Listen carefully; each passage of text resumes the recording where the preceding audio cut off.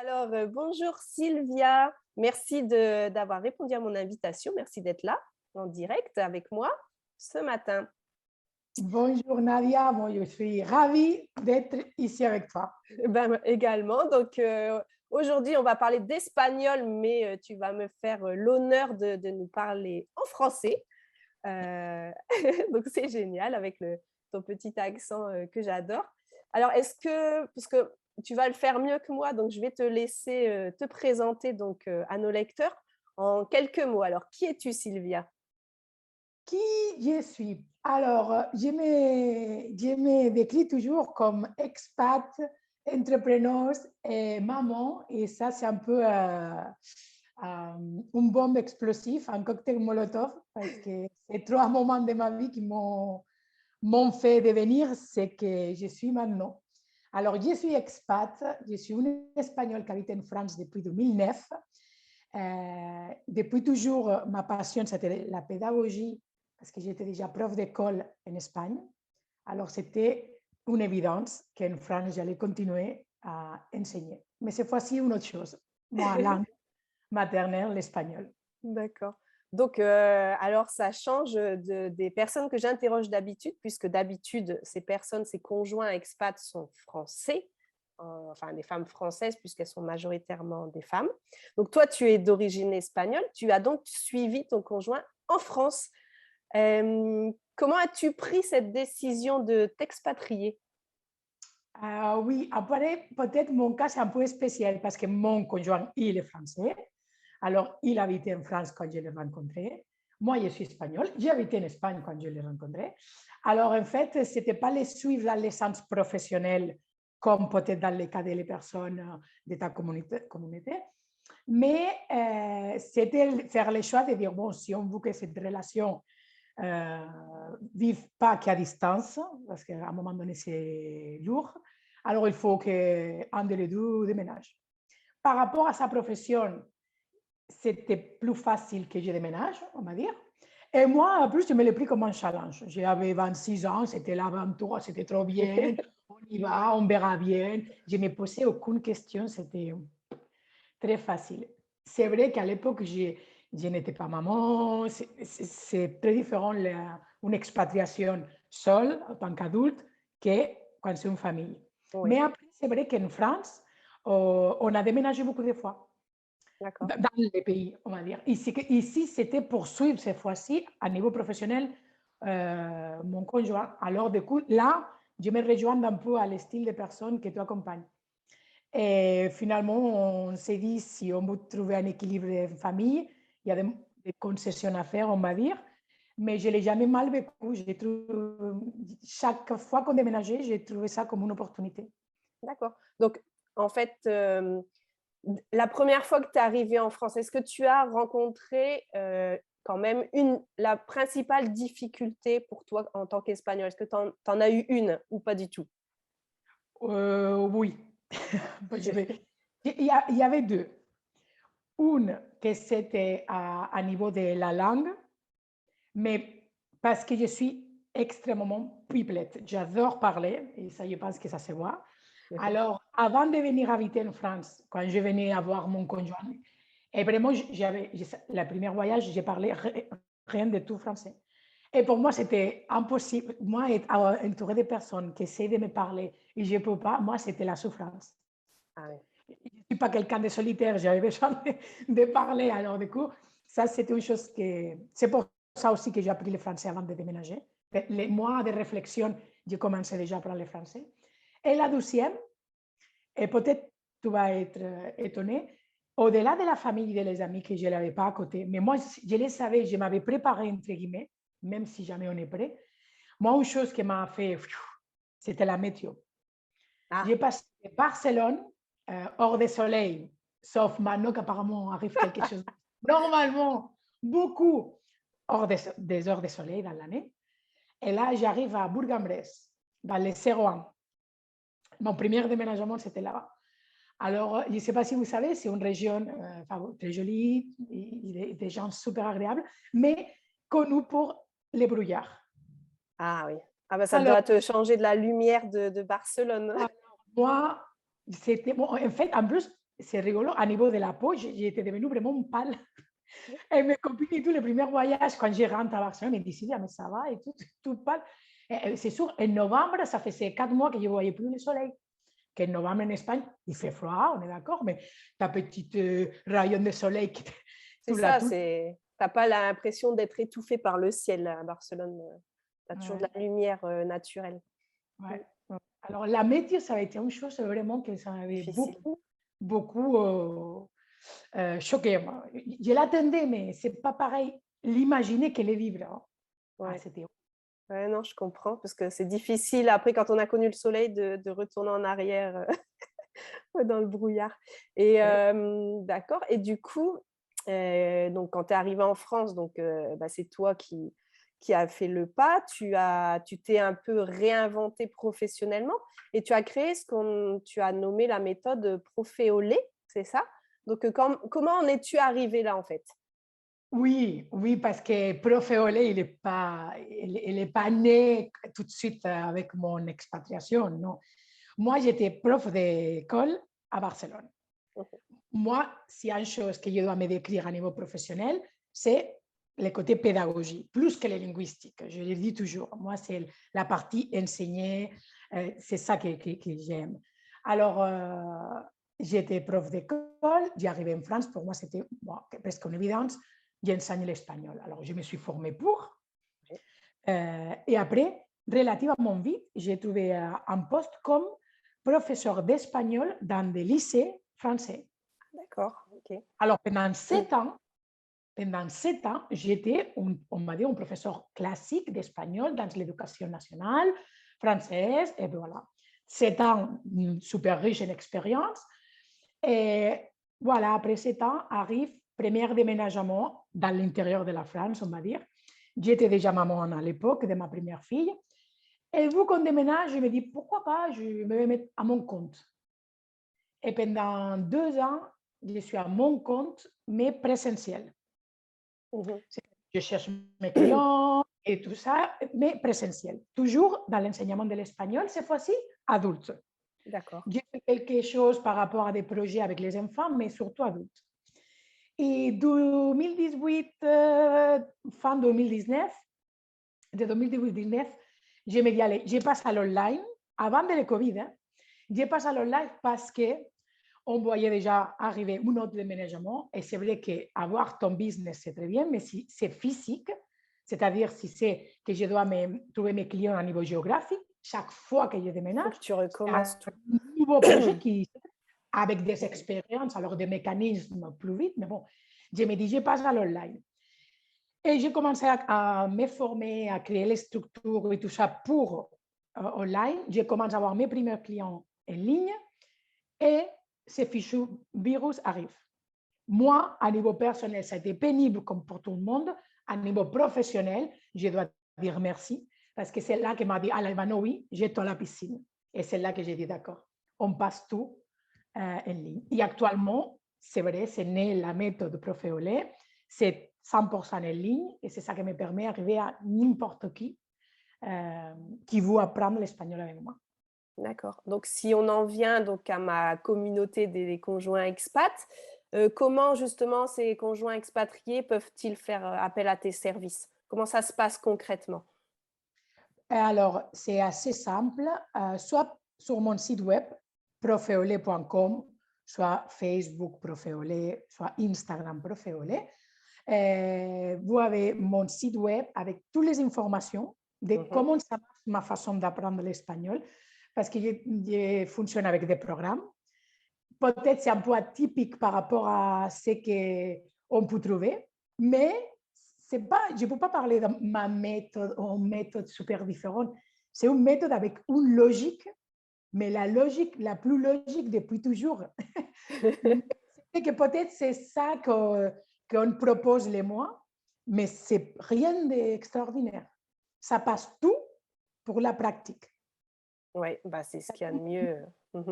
Et en fait, je n'invente rien. Tu veux nager, qu'est-ce que tu fais, Nadia? Tu te mets dans la piscine et tu commences à nager. Que tu as besoin de quelque chose pour t'aider, d'accord. Et tu veux faire de vélo, tu montes sur le vélo et on y va. Oui. Et pues, c'est pareil. Alors, du coup, je n'invente rien. C'est la pratique. logique, naturelle. Mais c'est vrai qu'à niveau académique, parfois, on l'a manipulé de telle façon super artificielle Oui. que finalement, on a un impact pas vraiment réel à ta capacité de parler. Et c'est rigolo parce que ça, on le sait tout le monde. Nadia, on sait tout le monde qu'il y a, par exemple, pour apprendre une langue, faire beaucoup d'exercices, ça ne sert pas à plus que ça, sauf si tu veux un certificat. Mais c'est vrai que l'impact réel des exercices traditionnels qu'on peut faire par rapport à ta vraie capacité de parler, je ne dis pas que ça ne sert à rien, mais vraiment, c'est petit l'impact. Oui, Le vrai impact pour parler, c'est commencer à parler. bien sûr. Avec des petites anti-sèches, peu importe, mais à parler. Sinon, ce n'est pas possible. Et quand j'explique ça, mes clients disent toujours, oui, oui, oui, c'est vrai, c'est vrai, c'est vrai. Mais quand ils se voient, ils doivent parler, ils disent, ah bon, mais oui, il faut. Et en fait, mes clients, ils m'envoient des audios tous les jours par WhatsApp, de Ouais, lundi à vendredi. ça les aide. En fait. Ce n'est pas remplir, c'est pas lire un texte, il me dit si c'est faux, vrai, que moi, ça me fait là. Pour moi, c'est pénible ça. Je n'aimerais pas apprendre une langue comme ça. Alors, j'étais jamais, Nadia, jamais forte en langue. Alors, je connecte avec les personnes qui se considèrent qu'ils ne sont pas forts en langue. Parce que tu n'as pas besoin d'être fort pour te communiquer en langue. Vraiment. Non. D'ailleurs, on va en arriver sur une question justement que je voulais te poser. C'est pour toi, quelles sont les qualités requises pour apprendre l'espagnol? Ou ça peut être aussi appliqué à une autre langue d'ailleurs, mais on va parler de l'espagnol du coup. Qualité, Oui. vraiment, aucune. Aucune qualité. Tout le monde peut apprendre l'espagnol. C'est telle quelle, qualité, aucune. Bien sûr que si tu as certaines qualités, tu vas arriver à des résultats, bon, vale, si. Mais si tu me dis qualité pour parler espagnol, aucune. Par contre, une chose, commencer à descendre notre niveau de perfectionnisme, notre niveau d'attente, cette côté, si, soit je le fais bien, soit je ne le fais pas, je ne peux pas me tromper. Là, oui. Là, mais ça, ce n'est pas des qualités. Ça, c'est des mécanismes qu'on Oui. a créés au long de notre vie professionnelle et académique, que ça, il faut les casser. Mhm. Alors, mais si on casse ça, tu n'as pas besoin de rien de plus. Au niveau de qualité à toi, bien sûr, il y a un système à mettre en place, bien sûr, il y a de la pratique, bien sûr, il y a un engagement. C'est logique, ce n'est pas un pilule, j'ai la balle, je parle espagnol, hein, on est d'accord. Ouais, Mais pas besoin de plus de qualité que ça. d'accord. Et donc, toi, en termes de, avec la méthode Proféolé, quels sont en fait les bénéfices que tu vas apporter donc aux personnes qui vont prendre contact avec toi et pourquoi en fait tu dirais pourquoi choisir ta méthode plutôt qu'une autre puisqu'on sait qu'il y en a des centaines, des milliers voire de méthodes. Pourquoi toi? Parce que moi je vais envoyer mes conjoints expatriés vers toi parce que je te connais, je sais comment tu fonctionnes et je sais que le résultat sera au rendez-vous. Mais je te laisse t'exprimer à nous dire pourquoi te choisir, Sylvia. Alors, justement, la question de pourquoi moi et pas les autres, la vision comme ça, méthode, comme tu dis, existe beaucoup. Je ne trouve pas que ma méthode est meilleure que les autres, ou peut-être que certains oui, mais je ne connais pas toutes. Mais c'est vrai, et ça c'est un conseil pour tout, il faut trouver la méthode qui à vous, ça vous parle. Ouais. Alors, je vais vous dire, ma méthode, elle est faite pour vous si ce que vous cherchez, c'est vraiment vous communiquer en espagnol. Si ce que vous cherchez, c'est vraiment être épanoui dans votre vie en Espagne ou dans un pays hispanophone, et si cette fois-ci, vous êtes décidé à faire un effort, aller au-delà de je me trompe pas, cette fois-ci, je dois y aller, je veux vivre agréablement en Espagne, et je sais que ça se passe pour ces moments peut-être un peu inconfortables, que c'est le début de ne pas maîtriser une langue. Alors, si aussi tu as essayé une méthode un peu plus traditionnelle, que ça t'a plu ou t'a plu pas, mais encore tu ne parles pas espagnol, si le fait de penser à aller dans une académie toutes les semaines avec un groupe, tu n'as pas envie, Si tu veux quelque chose de flexible à niveau de tes horaires, mais sachant qu'il faut quand même dédier un peu de temps parce que la magie n'existe pas, dans ces cas-là, je t'invite à aller à mon site web parce que c'est fort possible que tu vas connecter avec ma façon de faire. Ouais, parce que moi, ce que je recherchais pour les conjoints expats, et je pense qu'il est le mieux, puisque tu sais bien que les conjoints expatriés, ils sont donc ils suivent souvent le mari, mais des fois ça dure 4 ans, 5 ans, et puis on change de pays, etc. Donc en fait, il faudrait que pendant ces 4 ou 5 années, ces conjoints soient capables justement de pratiquer, de discuter avec les personnes sur place. Ils n'ont pas besoin, enfin en tout cas c'est aussi mon point de vue, d'apprendre de l'écrit, de faire de la grammaire, les choses comme ça. Ce qu'on a besoin, c'est de communiquer avec les personnes sur place pour dire de ne pas rester seul, de découvrir justement la culture en place et enfin voilà, d'échanger quoi. Donc je pense que Sur ça, Nadia, par exemple, par rapport à la grammaire, avec Profeolé, on travaille la grammaire, mais là, c'est pareil.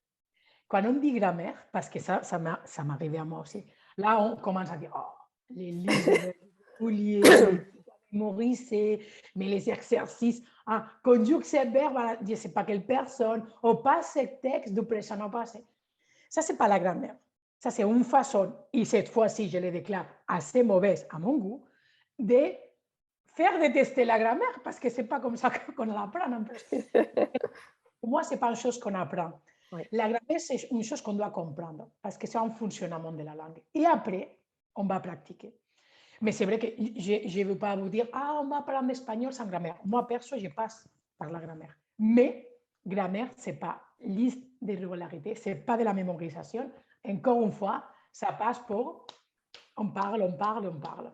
Ouais, en fait, c'est pour démystifier un peu le nom, parce que quand on aborde tout de suite le nom, on dit grammaire, oh là là là, nous, tu nous dis ça au français, tout de suite, on a un peu un frein, tu vois, ça nous fait le mot qui fait peur, entre guillemets, mais c'est vrai que, comme tu dis, une langue, il y a quand même de la grammaire, mais c'est une autre façon de la prendre en compte, quoi. C'est pas apprendre bêtement des structures, mais c'est l'appliquer correctement parce qu'on l'a comprise, en fait. Donc, très bien, très bien.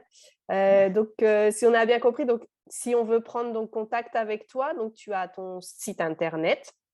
Je mettrai toutes les coordonnées en dessous de la vidéo et puis dans l'article qui découlera de cette vidéo. Il y a d'autres choses, hein. Tu es présente un peu partout, en fait, sur les réseaux, c'est ça? Je suis surtout très active sur Instagram. Oui. C'est vrai que je publie sur Facebook, mais là où je suis plus active, et à niveau des messages privés, vous pouvez me contacter par là, c'est Instagram. Facebook aussi, mais c'est vrai que parfois, messages privés Facebook, ce n'est pas tout à fait évident. Parfois, il y a ce qui s'échappe. Alors, soit site web, soit Instagram, je serais ravie d'échanger avec vous. Et c'est vrai que mes clients sont 99% expatriés. Soit expatriés, soit conjoints d'expatriés, soit carrément des couples d'expatriés. Oui, qui veulent apprendre ensemble. Carrément la couple. Soit, dépend de leur niveau, parfois j'ai fait carrément ensemble, les trois. Parfois, je les fais séparément parce qu'il y a un niveau, un point de départ totalement différent. Mais oui, j'accompagne carrément des couples, soit les premiers mois en tant qu'expatriés, soit dans les projets d'expatriation. Parce que c'est vrai que ces derniers temps, je trouve beaucoup de personnes qui commencent à préparer l'expatriation. Alors, ils n'attendent pas à être sur place. Ils se sont rendus compte que la barrière de la langue, c'était quelque chose qu'il ne fallait pas penser qu'à un moment qu'on arrive au pays. Et maintenant, les 4 derniers clients qui sont rentrés, c'est des préparations à l'expatriation. À ce projet, c'est cet été et l'année prochaine qu'ils s'expatrient, mais ils commencent déjà à préparer, à se préparer à niveau linguistique. Ils savent, ils sont déjà conscients qu'il y a des défis à relever en expatriation, dont la langue, ce qui est vraiment très important si on veut s'épanouir. Eh bien, très bien, Sylvia, écoute, je te remercie pour ton intervention. Donc, je vous invite tous à prendre contact dès maintenant si vous avez besoin justement d'apprendre l'espagnol. Puis vous verrez, vous ferez ça dans la bonne humeur et vous aurez des résultats assez surprenants. Donc, merci Sylvia. Merci à toi, Nadia, merci beaucoup. Et merci à les personnes qui ils sont arrivés à la vidéo jusqu'à la fin. Oui, oui. Bah, à très vite et une belle journée à toi en France. Merci Ciao. beaucoup. Ciao, ciao. Ciao.